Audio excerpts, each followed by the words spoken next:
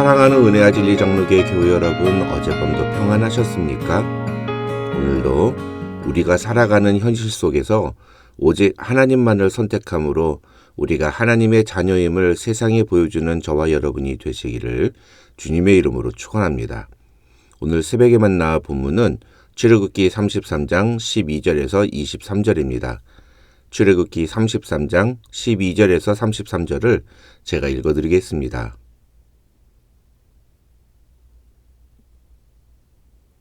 모세가 여호와께 아뢰되 보시옵소서, 주께서 내게 이 백성을 인도하여 올라가라 하시면서 나와 함께 보낼 자를 내게 지시하지 아니하시나이다.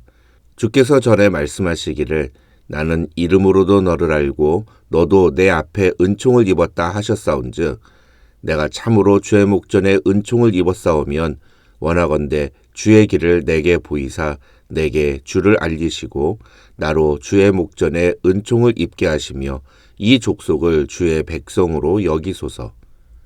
여호와께서 이르시되 내가 친히 가리라. 내가 너를 쉬게 하리라. 모세가 여호와께 아뢰되 주께서 친히 가지 아니하시려거든 우리를 이곳에서 올려 보내지 마옵소서. 나와 주의 백성이 주의 목전에 은총 입은 줄을 무엇으로 알리이까? 주께서 우리와 함께 행하심으로 나와 주의 백성을 천하 만민 중에 구별하심이 아니니이까? 여호와께서 모세에게 이르시되 네가 말하는 이 일도 내가 하리니 너는 내 목전에 은총을 입었고 내가 이름으로도 너를 알미니라. 모세가 이르되 원하건대 주의 영광을 내게 보이소서. 여호와께서 이르시되 내가 내 모든 선한 것을 네 앞으로 지나가게 하고 여호와의 이름을 네 앞에 선포하리라. 나는 은혜 베풀 자에게 은혜를 베풀고 긍휼히 여길 자에게 긍휼을 베푸느니라. 또 이르시되 내가 내 얼굴을 보지 못하리니 나를 보고 살 자가 없음이니라. 여호와께서 또 이르시기를 보라, 내 곁에 한 장소가 있으니 너는 그 반석 위에 서라. 내 영광이 지나갈 때에 내가 너를 반석 틈에 두고 내가 지나가도록 내 손으로 너를 덮었다가 손을 거두리니 네가 내 등을 볼 것이요 얼굴은 보지 못하리라.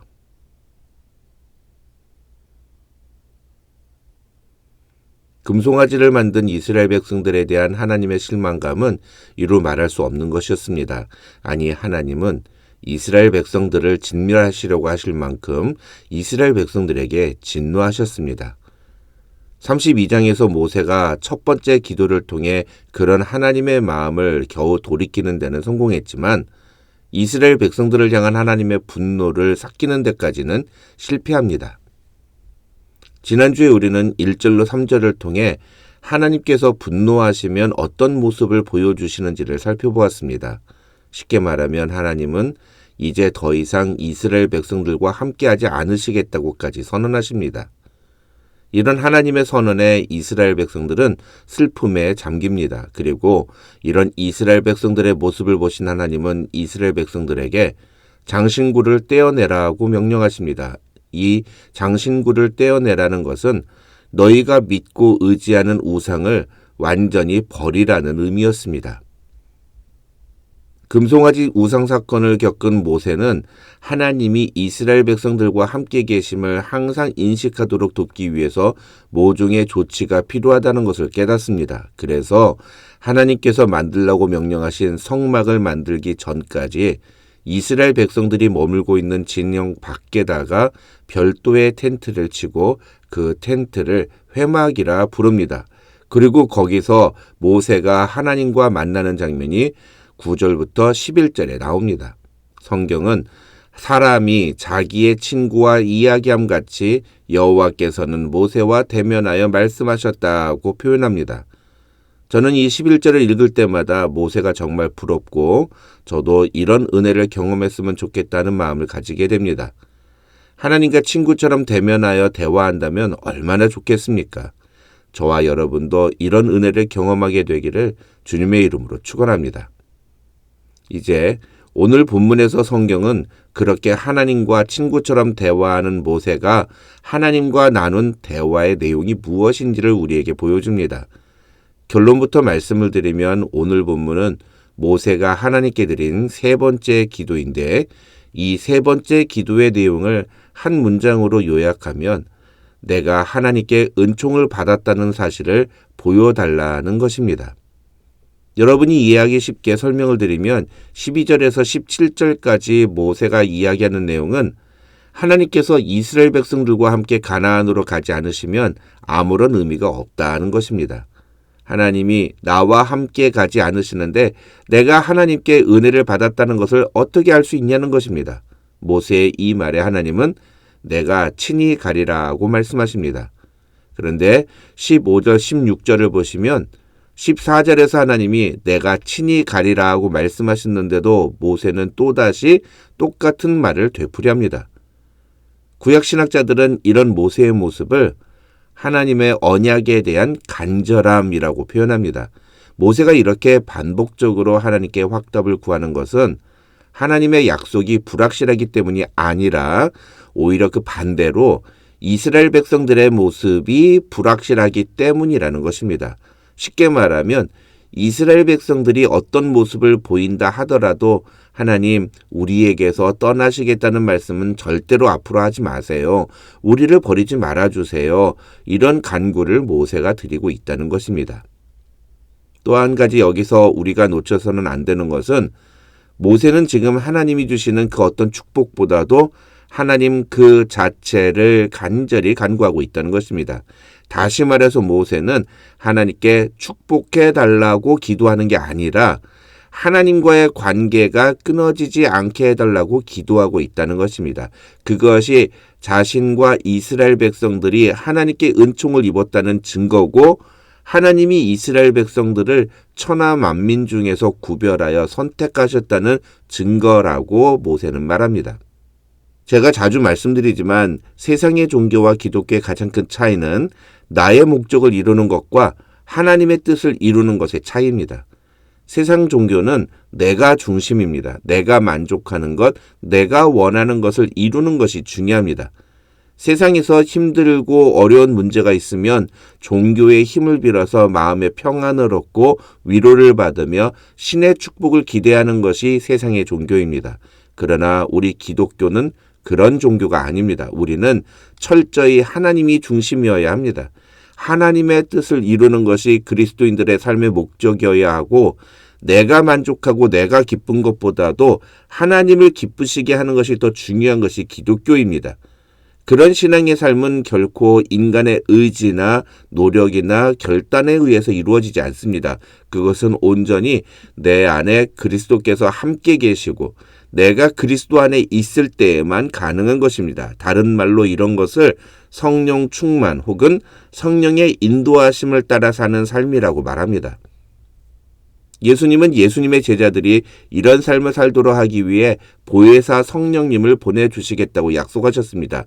그리고 그 보혜사 성령을 통해 세상 끝날까지 우리와 함께 계시겠다고 약속하셨습니다. 그래서 예수를 구주로 고백하는 예수 그리스도의 제자들에게는 지금도 그 마음 안에 성령님이 함께 하십니다. 이것이 바로 오늘 본문에서 모세가 그렇게 간절히 간구하고 기도했던 모습입니다. 그리스도인이 소유한 최고의 축복은 우리가 천국에 가게 되었다는 것이 아닙니다. 또 예수 믿은 내 자녀들이 잘 되고 집안이 평안하고 사업이 잘 되는 그런 것이 아닙니다. 하나님께서 우리에게 주신 가장 큰 축복은 하나님 그분을 내 마음에 모시고 살아가게 되었다는 것입니다. 오늘 본문 12절로 17절을 읽으면서 우리는 이것을 간절히 간구했던 모세의 모습을 통해 지금 우리가 누리며 살고 있는 축복이 얼마나 엄청난 것인지를 알아야 합니다. 하나님은 17절에서 네가 말하는 대로 내가 하겠다고 대답하십니다. 그러자 18절에서 모세는 주의 영광을 내게 보여주십시오라고 요구합니다. 19절에서 23절은 그런 모세의 요구에 하나님이 응답하시는 내용입니다. 한 문장으로 요약하면 하나님이 영광의 광채로 모세 앞을 지나가심으로써 하나님의 영광을 보여주었다는 것입니다. 그러나 하나님은 만일 모세가 하나님의 얼굴을 보게 되면 죽게 되니까 하나님의 얼굴은 보여주시지 않으시고 대신 등만 보여주십니다. 그렇게 해서 모세는 하나님의 영광을 보는 은혜를 경험함과 동시에 그가 하나님의 얼굴을 보고 죽는 일이 없도록 하나님께서 친히 그를 보호하시는 긍휼을 경험하게 됩니다. 그 내용이 바로 19절 하반절에 나오는 나는 은혜 베풀 자에게 은혜를 베풀고 긍휼히 여길 자에게 긍휼을 베푸느니라는 말씀의 내용입니다. 그렇다면 오늘 우리에게 임하는 하나님의 은혜와 긍휼은 어떤 것일까요? 고린도후서 6장 2절에서 바울은 그것을 이렇게 말합니다. 이르시되 내가 은혜 베풀 때에 너에게 듣고 구원의 날에 너를 도왔다 하셨으니 보라 지금은 은혜 받을 만한 때요 보라 지금은 구원의 날이로다. 여기서 바울은 우리가 하나님의 은혜를 받았고 그것이 우리에게 임한 구원이라고 이야기합니다. 다른 말로 하면 오늘 본문에서 모세가 경험한 하나님의 영광을 직접 보는 그 은혜를 오늘 하나님의 자녀된 우리도 경험하고 있다는 것입니다. 어떻게 그렇게 말할 수 있을까요? 모세는 하나님의 등이라도 보았지만 우리는 그런 경험이 없지 않습니까? 그런데 요한복음 1장 14절을 보면 성경은 말씀이 육신이 되어 우리 가운데 거하심에 우리가 그의 영광을 보니 아버지의 독생자의 영광이요 은혜와 진리가 충만하더라고 말합니다. 여기서 말씀이 육신이 되어 이 땅에 오셨고 우리가 그의 영광을 보았다는 말은 성육신하신 예수님을 보았다는 것입니다. 그렇다면 예수님은 이제는 승천하셨으니까 우리는 그의 영광을 볼 수 없는 걸까요? 아닙니다. 우리도 그 영광을 볼 수 있습니다. 어떻게 그게 가능합니까? 바로 하나님의 말씀을 통해서입니다. 사랑하는 성도 여러분, 제가 우리 기독교는 말씀의 종교라는 말을 자주 하는데요. 우리는 이 사실을 항상 기억해야 합니다. 우리는 하나님의 말씀을 통해서 하나님의 영광과 은혜와 긍휼을 경험할 수 있기 때문입니다. 우리는 하나님의 말씀을 통해 하나님의 영광을 볼 수 있는 은혜와 특권을 누리게 된 자들임을 믿으시기 바랍니다. 그래서 우리는 더더욱 하나님의 말씀을 사모해야 하고 말씀의 자리로 나아가야 합니다. 하나님의 말씀을 읽고 그 말씀을 통해 하나님의 영광과 은혜를 경험할 때 우리는 우리와 함께 하시는 하나님을 만나게 됩니다. 그것이 우리 그리스도인들에게 주어진 가장 큰 축복이요 영광임을 우리는 잊어서는 안 됩니다. 저는 우리 은혜와 진리 장로교회에 속한 모든 교우들이 이 은혜를 날마다 경험하는 주인공들이 되기를 소망합니다. 오늘도 말씀을 통해 하나님의 은혜와 긍휼을 경험하며 말씀으로 우리와 함께 하시는 하나님을 만나는 저와 여러분이 되시기를 주님의 이름으로 축원합니다.